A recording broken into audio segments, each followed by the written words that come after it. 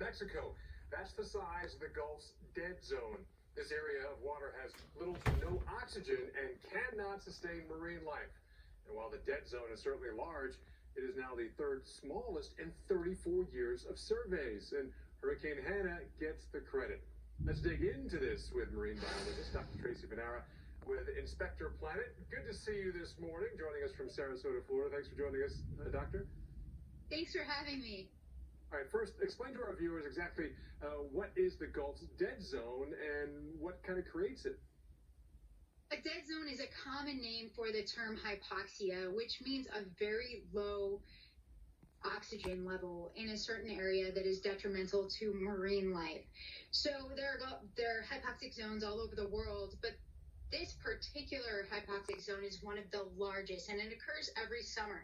So we have about 38% of the United States draining into one area, the Mississippi Atchafalaya watershed. All of that fresh water is coming out into the Gulf of Mexico at a lower density, so it's sitting on top of that marine water, not allowing mixing for that oxygen to get to lower levels. On top of that, a lot of that runoff, all the way from Illinois, Ohio, all the way down, is agriculture, bringing lots of nutrients. That nutrients allows for algae blooms to form. When these blooms form, blocks out sunlight, and then the decomposition of those blooms actually brings up and uptakes that oxygen from the water column even further, depleting that available oxygen. So last month we had Hurricane Hanna form and also hit in the Gulf of Mexico there. So how did Hanna kind of shrink this dead zone, and is this reduction kind of permanent or is it only temporary? Yeah, so there are some benefits of hurricane events, and this is one of them. Hurricane event can come through mixing up a water column, so that stratification that happens that allows that low oxygen level on those bottom waters, that's now mixed up so oxygen can actually get through the entire water column. Now, this cruise to map out this hypoxic zone happened right after Hurricane Hanna. So the hypoxic zones actually do reform after storm events. To what extent, that just depends on the storm.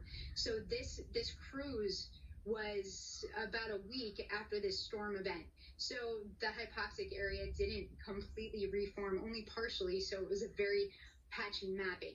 The question is, what is the hypoxic zone like now, and after weeks, will it reform and get bigger than what was previously mapped?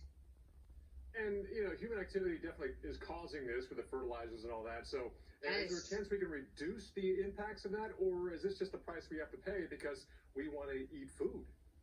Absolutely. This is really my soapbox.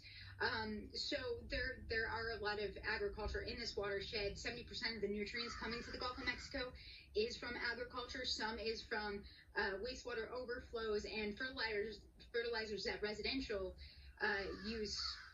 So there are things that we can do on a personal level. So we can disconnect our called impervious surface. So basically using things like cisterns and infiltration trenches, things that we can do to actually treat water at its source and control the amount of nutrients that leaves our own home.